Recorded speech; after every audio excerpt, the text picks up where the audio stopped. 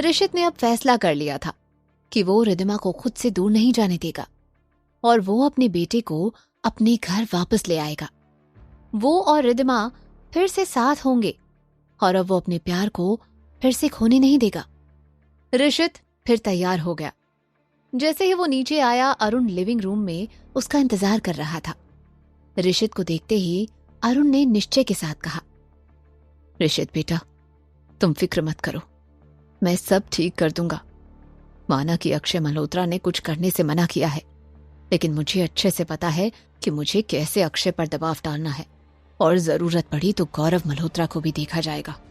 ऋषित ने अरुण की तरफ देख वार्निंग देते हुए कहा, आपको इस मामले में दखल देने की जरूरत नहीं है। जो भी करना है मैं खुद करूंगा। अरुण ने ऋषित का ये एटीट्यूड देखकर अविश्वास में सर हिलाते हुए कहा, देखो बेटा, मैं क्या कहता हूं, एक बार अक्षय और गौरव ने रिद्धिमा का साथ छोड़ा तो फिर रिद्धिमा को मनाना आसान हो जाएगा। ऋषित ने इरिटेट होते हुए कहा, मैंने कहा ना कि आप दखल मत दीजिए और ना ही मुझे आपकी कोई सलाह चाहिए। मुझे जो करना है मैं करूंगा, इसलिए आप फिक्र मत कीजिए। मैं अब मेरे और रितु के बीच कोई और प्रॉब्लम नहीं चाहता, इसलिए जो भी करूंगा मैं करूंगा। ऋषित की ये बात सुनकर अरुण को भी एहसास हुआ कि उसे इस मामले में दखल नहीं देना चाहिए और शायद ऋषित को ही ये मामला हैंडल करने देना चाहिए, वही सही होगा। फिर अरुण ने धीरे से सहमत होते हुए कहा, ठीक है, पर जो भी करना सोच समझ कर करना और रिद्धिमा और निशांत पर एक आंच भी नहीं आनी चाहिए। जिस पर ऋषित बिना कोई जवाब दिए स्टडी रूम में चला गया। अरुण ने गहरी सांस ली और खुद से ही सोचते हुए अपने कमरे में चला गया। स्टडी रूम में चिराग पहले से ही ऋषित का इंतजार कर रहा था।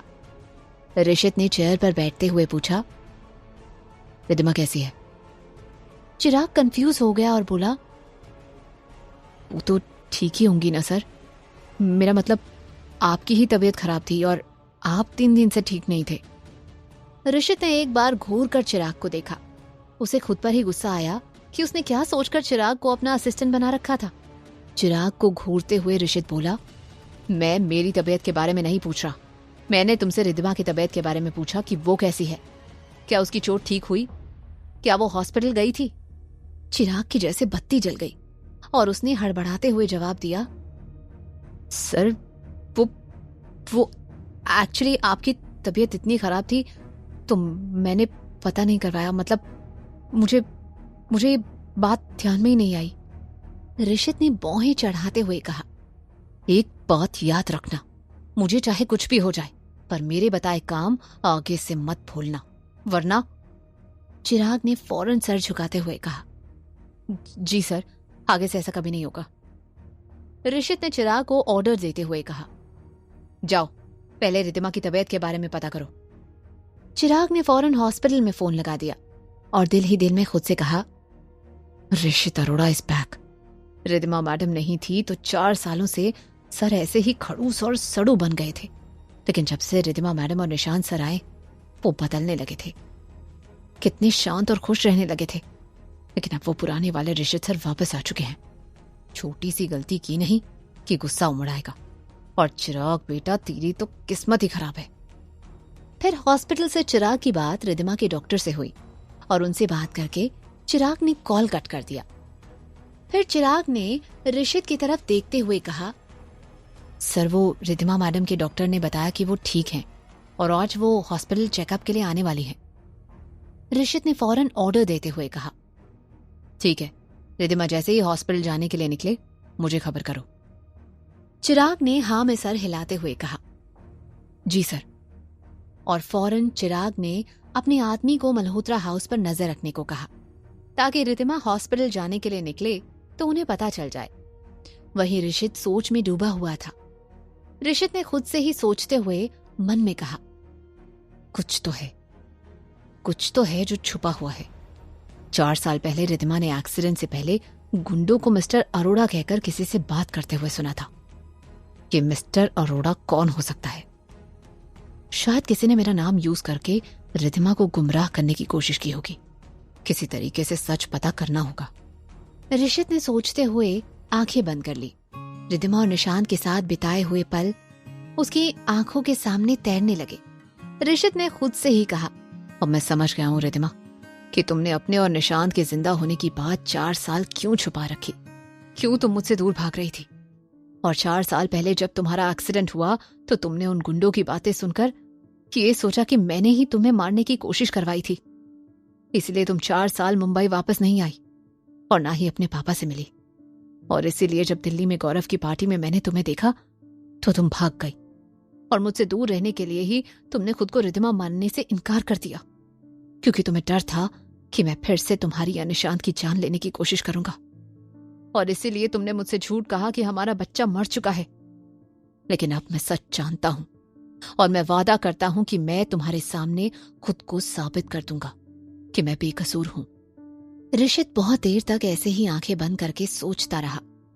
बहुत देर तक जब ऋषित ने कुछ नहीं कहा तो उसका असिस्टेंट चिराग बोर होकर दिल ही दिल में खुद से ही बोला, सर सो तो नहीं गए? क्या करूं, चला जाऊं? नहीं, फिर से मुझ पे चिल्लाएंगे, पहले ही उनका मूड खराब है। चिराग धीरे से खांसा और उसने पूछा, सर तो फिर आगे क्या करना है? ऋषित ने आंखें खोलकर गंभीर आवाज में कहा, रिद्धिमा पर नजर रखो और मुझे उसकी हर चीज की खबर चाहिए।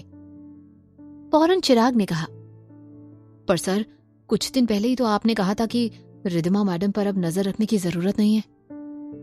लेकिन जैसे ही चिराग ने देखा कि ऋषित उसे घूर रहा था तो वो चुप हो गया। ऋषित ने घूरते हुए ही जवाब दिया, पहले हम रिद्धिमा पर नजर रखे हुए थे क्योंकि मुझे डर था कि कहीं रिद्धिमा निशांत को लेकर फिर से कहीं चली न जाए। लेकिन अब हम रिद्धिमा पर नजर रखेंगे और उसकी हर बात की खबर रखेंगे क्योंकि रिद्धिमा और निशांत की जान को खतरा है। अब समझे? जिस पर चिराग ने सिर्फ ओके में सर हिलाया। तब तक ऋषित के पास आगे के ऑर्डर्स तैयार ही थे।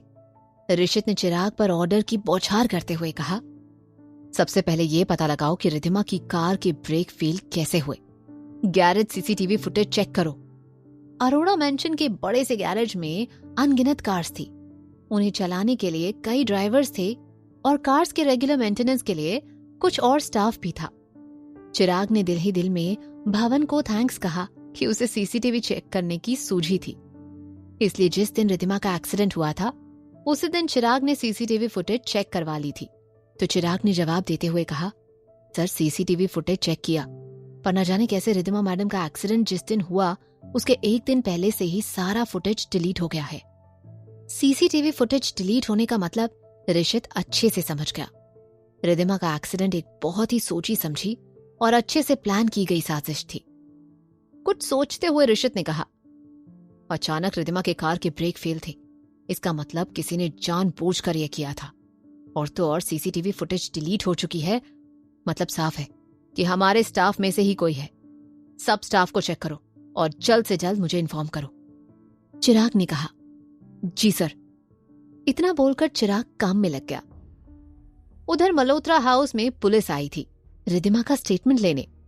पुलिस तो जिस दिन रिद्धिमा का एक्सीडेंट हुआ था उसी दिन उसका स्टेटमेंट लेना चाहती थी, लेकिन गौरव ने उनसे रिक्वेस्ट की थी कि रिद्धिमा की तबीयत ठीक होने के बाद रिद्धिमा स्टेटमेंट देगी। तो आज पुलिस मल्होत्रा हाउस में आई थी। पुलिस के सवाल पूछने पर रिद्धिमा ने उन्हें बताया कि उसकी कार के ब्रेक फेल हो चुके थे और एक बच्चे को बचाते वक्त उसका एक्सीडेंट हो गया। जब पुलिस ने पूछा कि उसके कार के ब्रेक कैसे फेल हुए और क्या उसे शक है कि ये जानबूझकर किसी ने किया था, क्या उसे किसी पर शक था, रिद्धिमा ने कहा, मुझे लगता है कि मेरी गाड़ी के साथ ही कुछ प्रॉब्लम थी और मुझे नहीं लगता कि जानबूझकर कोई ऐसा कुछ करेगा, क्योंकि मेरा कोई दुश्मन नहीं है जो मुझे नुकसान पहुंचाना चाहे। ये सुनकर पुलिस चली गई। उनके हिसाब से ये अब सिर्फ एक्सीडेंट केस था, तो इसकी ज्यादा इंक्वायरी करने की जरूरत नहीं थी। पुलिस के जाने के बाद गौरव ने रिद्धिमा से हैरानी से पूछा, रिद्धिमा ये क्या किया तुमने? तुमने उन्हें बताया क्यों नहीं कि तुम्हें ऋषित पर शक है? गौरव ने एक्सपेक्ट किया था कि रिद्धिमा पुलिस इन्वेस्टिगेशन में ऋषित का नाम लेगी। माना कि पुलिस ऋषित का कुछ बिगाड़ नहीं पाती, लेकिन फिर भी इससे रिद्धिमा और ऋषित के बीच दूरियां और बढ़ती। लंबी सांस लेते हुए रिद्धिमा ने कहा, ऋषित का नाम लेने से कोई फायदा नहीं होता और वैसे भी मेरे पास उसके खिलाफ कोई सबूत नहीं है। ऋषित ने जो किया है उसकी सजा तो मैं खुद उसे देना चाहती हूँ। रिद्धिमा ने पुलिस के सामने ऋषित का नाम नहीं लिया। इसका एक और कारण भी था कि वो फिलहाल अपनी मां के कातिल को सजा दिलाने में फोकस करना चाहती थी। गौरव को गुस्सा तो आ रहा था, पर किसी तरह उसने अपने आप पर काबू रखा। उधर चिराग को यह बात पता चल चुकी थी।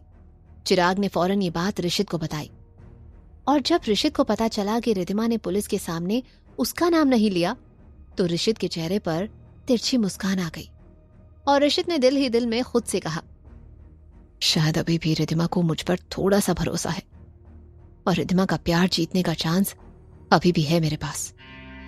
दूसरी तरफ रिद्धिमा मल्होत्रा हाउस से निशांत को लेकर बाहर जाने वाली थी कि तभी गौरव उसे रोकते हुए बोला, रिद्धिमा, तुम और निशांत कहाँ जा रहे हो? रिद्धिमा ने कहा, वो हम मिहिर से मिलने जा रहे हैं। निशांत थोड़ी देर मेरे पापा के घर रुकेगा।